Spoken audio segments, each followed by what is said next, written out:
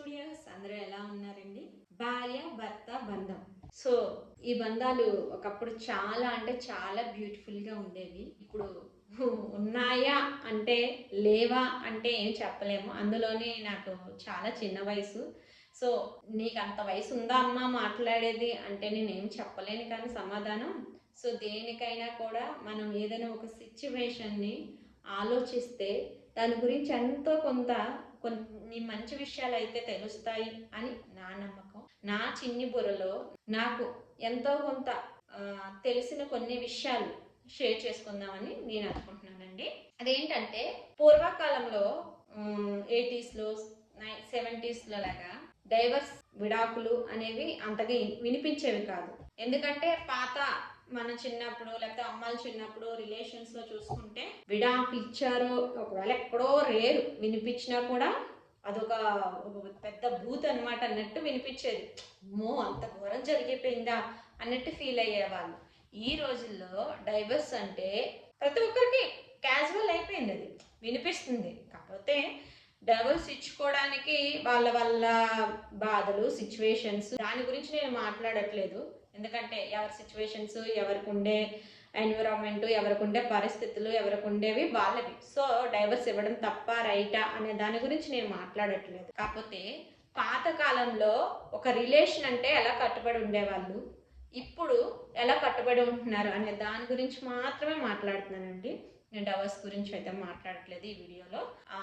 So పాతకాలంలో ఏంటంటే భార్య భర్త ఇద్దరు కష్టపడేవాళ్ళు హ్యాపీగా. అంటే first of all phone technology అనమాట. టెక్నాలజీ ఎంత అభివృద్ధి చెందుతుందో మనలో అన్ని గొడవలు అన్ని రకాల కంపారిజన్లు బాగా పెరిగిపోతుంది అనమాట. పాతకాలంలో ఫోన్లు ఉండేవి కాదు, ఉత్తరాలు ఉండేవి. ఆ ఉత్తరాలు కూడా ఎప్పుడో 4 రోజులకి 5 రోజులకి వచ్చేది వార్త. అక్కడ వార్త ఇక్కడికి చేరాలంటే సో అంత ఇదిగా రాసుకునే వాళ్ళు కూడా కాదు. ఎవరు చదువుకుంటే వాళ్ళే రాసుకునే వాళ్ళు. అంతకు మించి ఏదైనా మంచి ఇంపార్టెంట్ విషయం లేకపోతే చాలా అర్జెంట్ విషయం అలాంటివి మాత్రమే ఉత్తరాల ద్వారా ఉండేది. కానీ పక్కింటోడి విషయం ఎదురింటోళ్ళ విషయం వాళ్ళ విషయం వాళ్ళది కొనుక్కున్నారు వీళ్ళు ఇది చేసుకున్నారు వాళ్ళు ఇల్లు కట్టుకున్నారు అలాంటి విషయాలు అయితే మోసేవాళ్ళు కాదు. ఇప్పుడు ఫోన్లు వచ్చి గంటలు గంటలు ఇంకా ఇలా ఇన్ఫర్మేషన్ చేరాల్సిన వాళ్ళకన్నా పక్కన ఉన్న నలుగురికి చేరిపోతుంది అనమాట. అది ఎలాంటి ఇన్ఫర్మేషన్ అయినా అయ్యో అది కొనేసుకుందంట, ఆహా అవునా ఎక్కడి నుండి వచ్చే డబ్బులు మనకెందుకండి, వేరే వాళ్ళ విషయాలు మనకెందుకు. ఇక్కడే వచ్చింది ప్రాబ్లం అంతా. కంపారిజన్ ఎక్కువైపోతుంది మనుషులు. అప్పుడు ఆ రోజుల్లో ఎలాంటి వాళ్ళ కష్టము, ఉదయం అంతా కష్టపడ్డామా సాయంత్రం వచ్చామా పొలం నుండి స్నానం చేసామా ఎంతో కొంత వండుకున్నామా తిన్నామా పడుకున్నామా తెల్లారిందా మళ్ళీ పనిలోకి వెళ్ళి పని చేసుకున్నామా, ఇదే మెయిన్. ఏదైనా ఖాళీగా ఉంటే ఏదో కృష్ణారామ అనుకున్నామా, ఇంట్లో ఏదో వ్యాపకాలు చిన్న చిన్న విషయాలు కుటుంబ యొక్క సమస్యలు అది ఎంతవరకు వాళ్ళ ఇంట్లో ఎవరుంటే వాళ్ళ గురించి మాత్రమే మాట్లాడుకునే వాళ్ళు, వాళ్ళల్లో వాళ్ళే డిస్కస్ చేసుకునే వాళ్ళు, వేరే వాళ్ళకి ఛాన్స్ ఇచ్చేవాళ్ళు కాదు. అది భార్య భర్త అయినా ఒక కుటుంబంలో మనుషులన్నా. కానీ ఈ రోజుల్లో ఎలా అయిందంటే మన ఇంట్లో విషయం మనకన్నా చుట్టూ ఉండే జనాలకి ఎక్కువ తెలుస్తుంది అనమాట. సో ఇది సో మనం తీసుకునే నిర్ణయాల కన్నా వాళ్ళు వేరే వాళ్ళు, ఇప్పుడు మన దగ్గర ఒక మనిషి మాట్లాడతాడండి, ఆ మనిషి తన గురించి కన్నా పక్క వాళ్ళ గురించి ఎక్కువ మాట్లాడుతూ ఉంటారు. అవునా ఆ థర్డ్ పర్సన్ గురించి మాట్లాడతారు, మళ్ళీ వెళ్ళి ఆ థర్డ్ పర్సన్కి నువ్వు మాట్లాడేవని ఓ 4 ఎగేసుకొని చెప్తారనమాట. ఇలాగే క్లాషెస్ వచ్చేస్తాయి. అవి భార్య భర్త మధ్య అవని, అక్క చెల్లెళ్ళ మధ్య అవని, అన్న చెల్లెళ్ళ మధ్య అవని, ఎవరి మధ్యనే ఎక్కువ క్లాషెస్ ఎక్కువ కంపారిజన్స్ వీటి వల్ల వచ్చేస్తాయి అనమాట.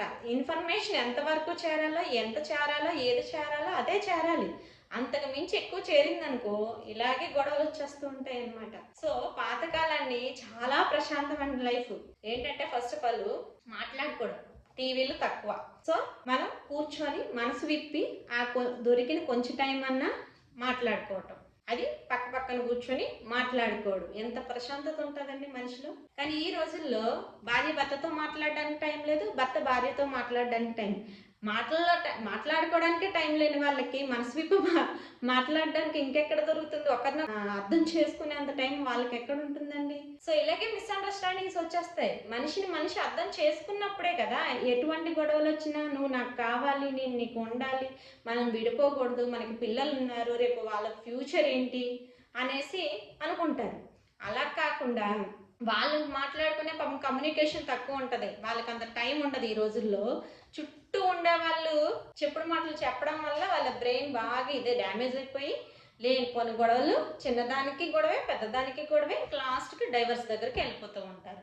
ఆ రోజుల్లో అలాంటి సిచ్యువేషన్స్ లేవు కాబట్టి చాలా ప్రశాంతమైన లైఫ్. ఎన్ని భర్త తాగొచ్చి కొట్టినా భార్య అనుభవించేది. ఎందుకంటే అనుభవించాలి అని నేను చెప్పను, కాకపోతే ఓర్పు, సహనం ఎక్కువ ఉండేది ఆ రోజుల్లో.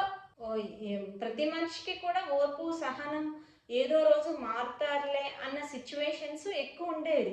ఈ రోజుల్లో అలాంటి సిచ్యువేషన్స్ తగ్గిపోతూ వచ్చినాయి. అది ఏ రకంగానైనా అవ్వచ్చు, అంటే టెక్నాలజీ మారడం వల్ల తెలియదు, ఫాస్ట్ ఫార్వర్డ్గా ఉండడం వల్ల తెలియదు, కానీ ఓర్పు అనేది మాత్రం పాతకాలానికి ఇప్పటికీ చాలా అంటే చాలా తగ్గిపోయింది. పాతకాలంలో ఒక ఇంపార్టెన్స్ ఇచ్చేవాళ్ళు, ఒక రిలేషన్ ఉంది అంటే. కానీ ఈ రోజుల్లో రిలేషన్స్కి అంత ఇంపార్టెంట్ లేదు. అంటే లోపం మనలో ఉందా, మారుతున్న కాలంలో ఉందా, దేంట్లో ఉంది? సో ఎప్పుడైనా కూడా మనం పిల్లలకి నేర్పించాల్సింది బంధాలు, మానవత్వం, సాంప్రదాయం, అవి నేర్పించుకోవాలి. మనం నేర్పించే వరకు నేర్పిస్తామండి, తర్వాత వాళ్ళ కాలంలో, వాళ్ళ సిచ్యువేషన్లో వాళ్ళు ఎలా ఉంటారనేది వాళ్ళ ఇష్టం. కానీ ఒక తల్లి తండ్రిగా మన బాధ్యత ఏంటి? పిల్లలకి మంచి చెప్పాలి. మనం మన తల్లిదండ్రుల దగ్గర నుండి 100% తీసుకోవచ్చు, ఆ రోజుల్లో ఒక 70% తీసుకోవచ్చు. కనీసం మనము 50% అన్నా మన పిల్లలకి చెప్పామనుకోండి, వాళ్ళు కనీసం ఒక 40% అన్నా దాన్ని రీచ్ అవుతారు. కనీసం ఆ 40% అన్నా ముందుకు వెళ్తుంది. కంప్లీట్గా మనమే అవాయిడ్ చేసాం అనుకోండి, ఏం చేయలేమన్నమాట.